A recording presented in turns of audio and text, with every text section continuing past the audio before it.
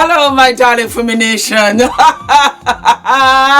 How are you? How are we? First of all, let me say how excited I am to go to one of my favorite cities ever, New York, baby. I'll be in New York on the 21st of this month to the 23rd. I am a special guest at one of the most beautiful African exhibitions ever. All of the details will be put down below. You can get your tickets. Mama will be there. If you buy a VIP ticket, we'll get to take pictures together and kiki. I am so happy about this because I'm a special guest at the event, and so I don't have to run around and do anything. I just have to be there talking to Fumi Nation and sitting and kiki with you. I cannot wait. I am so excited. Richard is hosting this fabulous event.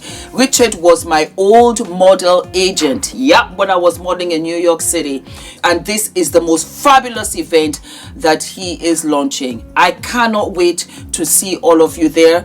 Ticket sales, everything will be down below.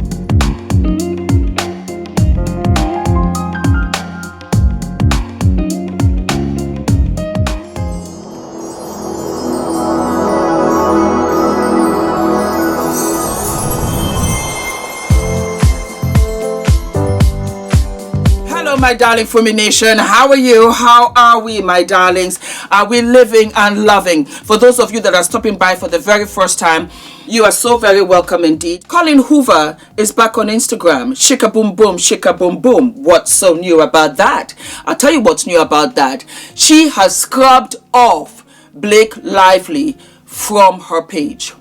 Yeah, she has scrubbed off Blake Lively as well as Justin Baldoni. What does this mean for me? I will tell you what it means for my Nigerian brother. Because Italians are white Nigerians. That's how we call them. As fellow Nigerians. We have the same mentality. His lineage is Italian, so he's a white Nigerian. Alright, so as I was saying, Colleen Hoover is back and she's making it very loud and clear. She wants no parts of Blake Lively. Do I blame her? Do I blame her? No, I don't. Because I've heard and I've read of so many people who sided with Blake initially. Did I side with Blake initially? No, I did not. Why? Because I stumbled. I just happened to have stumbled on an episode he was in on The Real. Do you remember that show, The Real? And I happened to listen to him because I think I was doing something and it was in the background. And I thought to myself, what a really cool guy. What a nice guy. I didn't think too much of it, but I just thought, what a really nice guy. When this Blake Lively saga came up, it was swarming around. And of course, Fumi Nation, you kept on saying, Fumi, will I cover the story? Will I cover the story? But I really didn't know the details. And I said, okay, let me do my research. And instantly, when Justin's face came up, I said, no, it can't be the guy. I actually and honestly thought it was a mistake. And then it really was the one that Blake was talking about. I became invested. I became invested because the person that Blake was talking about, referring to in the New York Times, was not the man that I listened to on The Real show. It didn't add up for me from day one. And that was how I got into this. I digress. Colleen Hoover sided with Blake initially. I think over time she has come to realize that Blake's hands are not all that clean. And she's saying to herself, allegedly, I am a country bumpkin. I don't know anything out here in these streets. I just wrote a couple of books and I am shimmy with the A-list superstars in Hollywood. And I thought it was all nice and glossy. I thought it was all glamorous. Apparently not. I don't want any parts. As a matter of fact, I almost regret ever doing any of this because my heart can't take it. That's what Colleen Hoover is saying to herself. That's what Colleen Hoover was saying to herself when she disabled her account, on top of which she has a couple of skeletons in her own wardrobe because she's got her son who was accused of allegations such as this. So right now was not a good time for her to be dealing with all of this. She couldn't. She just shut down. But now she has braced herself. She's out here in these Instagram streets and she says, I will not be taken a fool of. Colleen, I appreciate your stance, but I would like for you to actually say it. Do you know why? Do you know why? Why I have another investment in this? I'll tell you why. Because I am a boy mom. And Adrian has taught me so much. So much. And one of them was to be really in tune with boys and men. Because you see, they circle around, but we don't pay attention. We don't take notice. Because they're supposed to be strong, they're supposed to be providers, they are the stronger sex, they're not supposed to feel, they're guilty on sight, it had to be them against a girl. But we know that we are very conniving. Women, look at Adam and Eve. Eve just looked at Adam, said, look at his big head. He said, doesn't know anything. I will entice him. And before he knows it, he'll be eating the apple. And he did. And so where they have that physical strength, they are not necessarily as calculating and conniving like women. That really is a power, and you can use that good and or bad. Allegedly, Plantation Princess has used it for her own personal good and bad. And that's why it's backfiring. And that is why you, Colleen Hoover, you are out here in these Hollywood streets and you are saying to yourself, I don't want no parts. Well, you have to stand up and be fair, because if Justine Baldoni, of whom you loved and admired so very much indeed, and even encouraged him to play the lead, you would stand up for him, because it's so important for you to stand up for what is right, the way you're standing up for your son. I say it in every episode, so I don't mind saying it in this one too. I'm all about justice. I'm all about justice. I don't think it sits with anybody for somebody to be accused of something they did not do. Blake wanted her way. She wanted the film. She wanted to take it from Justine. She put him in the basement with his family, with his father and mother and friends. You're a guilty party to that, my darling. And to right that wrong, you have to stand up for what is right. It's not enough to scrub your Instagram page and think we're going to leave you alone. I personally will be behind you. You will feel me, because I want you to do what is right. Because if Justine did not have the receipts, he would be in the ground. And what would happen to his children? And what would happen to his wife? You took his life. You took his career. Because you wanted to boom shaka with some celebrities. You are going to quickly realize that these Hollywood types are nothing. They are nothing. They have no integrity. They've got no soul. They are not honest. And they use people. And they just swallow up others to maintain their own very fickle and transparent lives. The more that they have, the more important, because they all suffer from imposter syndrome. You have talent. You're a writer. And on the other end, the likes of Justine Baldoni, who was able to see the beauty in this. Stand for truth, even when it scares you, Colleen. Even when you are scared, stand up for the truth. Even if it means that you will not get what you thought you would assume from these people, stand up for the truth, because they lied to you. Allegedly, they lied to you, because their only intent was to use you. And let me tell you something. You have no choice but to stand up for Justine. Do you know why? I'll tell you why. Because what they did to Justine, they ultimately would have done to you. It would only be a matter of time. They had gotten rid of him. They'll get rid of you once they've gotten everything they want from you. Ryan and Blake, they would have done that to you. So you need to go back to the drawing board and say, Sister Fumi said, because that's the God-honest truth. I don't have a dog in this fight. How about that? I don't have a dog in this fight. But I do say, upon reflection, if it was my son, and Adrian is so shy, he's the opposite of me when it comes to all of this. He's so camera shy, very much like his father. Who would have stood up for him? It gives me sleepless nights because this was calculated. This was the height of deviance, and you were smack in the middle of it.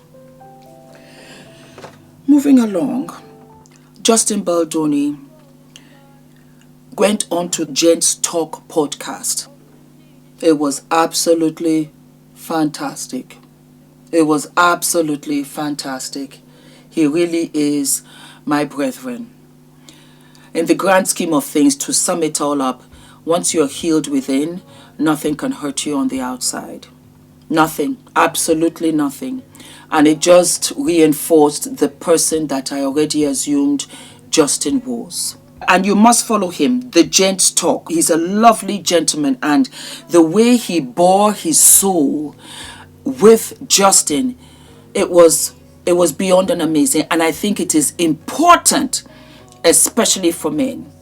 I sent this particular episode to a couple of men in my life. Not Ula. Ula is this now. And that, it has, our marriage, our relationship is so much better because you are brought up as a man to be strong, to not to cry, to be a provider. You're not necessarily taken seriously if you have feelings. This podcast now let me understand why our imposter, monster, lion despises Justine. Because he wants to be Justine. Because Justine is his idol. Because if he could be even the crumbs off the table of Justine Baldoni, he would be 10 times the man that he is right now. That was why he made fun of him in Deadpool. Because that was the only way he could try to knock off 1 or 2 chips from Justine Baldoni. Because Lyman Reynolds has issues. He has issues, and he had huge issues with his father. And Justine said, which was phenomenal, he said, time is short. He said, I want to have relationships with my dad. So for his 40th birthday, he went to a cabin with his friends and his dad. And they trashed it out. And they healed from all of those broken pieces. And what I have known always, and I say that to parents when they are struggling with their children, because I'm in a unique situation where I have daughters and their mothers, both of them are my friends. I'm 55, but I have 30-year-old friends, and I have 50-year-old, 60-year-old sisters, 65-year-old sisters. And I say, what is it that happened to you? Because the broken you is trying to raise this child, and it's not working because you haven't healed. And I tell my 30-year-old little ones, your mother was once upon a daughter. She's doing the best that she can. She's doing the best that she can because that's what she knows how to do. And that is why I said, Fumi, you have to be healed. You have to be completely healed. You have to pick up all the broken pieces of you, all the terrible things that happened to you. You have to heal yourself before you become a wife to anybody. How much more a mother to your son? Because you want a clean slate so that you break that generational issue that all of us have individually. But if it did not work for me, I'm not going to do it for my son. You have to look at the woman in the mirror and you have to face it. One time, you got to face it. And it is frightening. And there's a lot of anger and resentment. And still some of you are not able to speak to your parents or handle issues that broke you, that bent you, that changed you, that discolored you, that hurt you, that traumatized you. And you walk in your broken pieces trying to function. It's not working. Justine healed himself. Justine picked up all of his pieces. And that is why he's the person that he is today. That was the unfortunate situation for Lyman and Plantation Princess, because the perfect storm had risen. This was Mr. Small. Nobody really knows him. It was a unique case of David and Goliath. They underestimated him because they had no integrity themselves. How can they see? How can they recognize what integrity looks like? They thought all that they had, they could bulldoze their way. It wasn't enough because they were knocking themselves against honesty, decency, integrity, of which two of them lacked. And so Jen's talk brought all of that out. It was beautiful. I highly recommend that you subscribe to him. I highly recommend that you even put in Fumi Nation in the subject matter. And every woman that watches this episode, send it to your brother, your father, your son, your uncle, your teacher. Send it to every man that you know. Because if they do this, if they've gotten there, I know, apart from Ula, 1, 2, 3, 4. Uncle Ali, you uncle, dear me, uncle. Uncle, is it? Yeah, uncle. Yes. I only know 4 men. I only know 4 men that got to where Justine was. And it was freedom. It was freedom, and it was the power to let go. You might not even necessarily forget, that's okay. But you cannot let it fester and poison your life. Then it's worthless. And so Ryan, I actually forget his real name, is a broken man. He's a broken man, and he hurts other people because he's hurt. He hurts other people because the father died and he had unfinished business with him, but the father passed away. So he did not get closure, and he walks around, and that is why he needs to be powerful. He needs to be in this authoritative position. Have you noticed, that all the late night comedians have not talked about the Blake Lively, Justin Baldoni saga? Guess what? Little birdie told me that during COVID, all the late night talk show hosts came together, and it was sponsored by none other Ryan Reynolds, Mint Mobile. I have a funny feeling that they're keeping their loyalty checks in check because of Ryan. That they're keeping quiet because of Ryan. And so you see, this is like a wave, how it just continues to go on and on and on and on throughout Hollywood.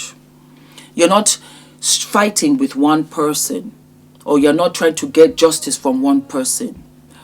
The stain and the silence that is so deafening, it transcends to so many other chapters, and that is why there are so many other guilty, dirty hands in this, apart from Lyman and Plantation Princess. Hollywood truly relied on talent and people working hard for where they are. A lot of people that you guys see that are famous would not be there. The best advice I ever got, this actually came from Jamie. He said to me right after that whole, first Monique run, when she was kind of like really bugging, and he said to me, don't ever think you're bigger than a machine. Remember that there's a machine much bigger than you. And I just was like, what? And he just whispered that in my ear and walked away. And I was just standing there, waiting to go on stage. Don't ever think you're bigger than the machine. There's a machine. I'm happy, Justin, that you've made a comeback. I'm happy that you are able to function. You're doing your best. Above all else, I'm happy that you're showing up. This too shall pass. You have millions of dragons, and you have your Nigerian African sister here who will support you to the nth degree. I will see this to the very, very, very, very, very, very end.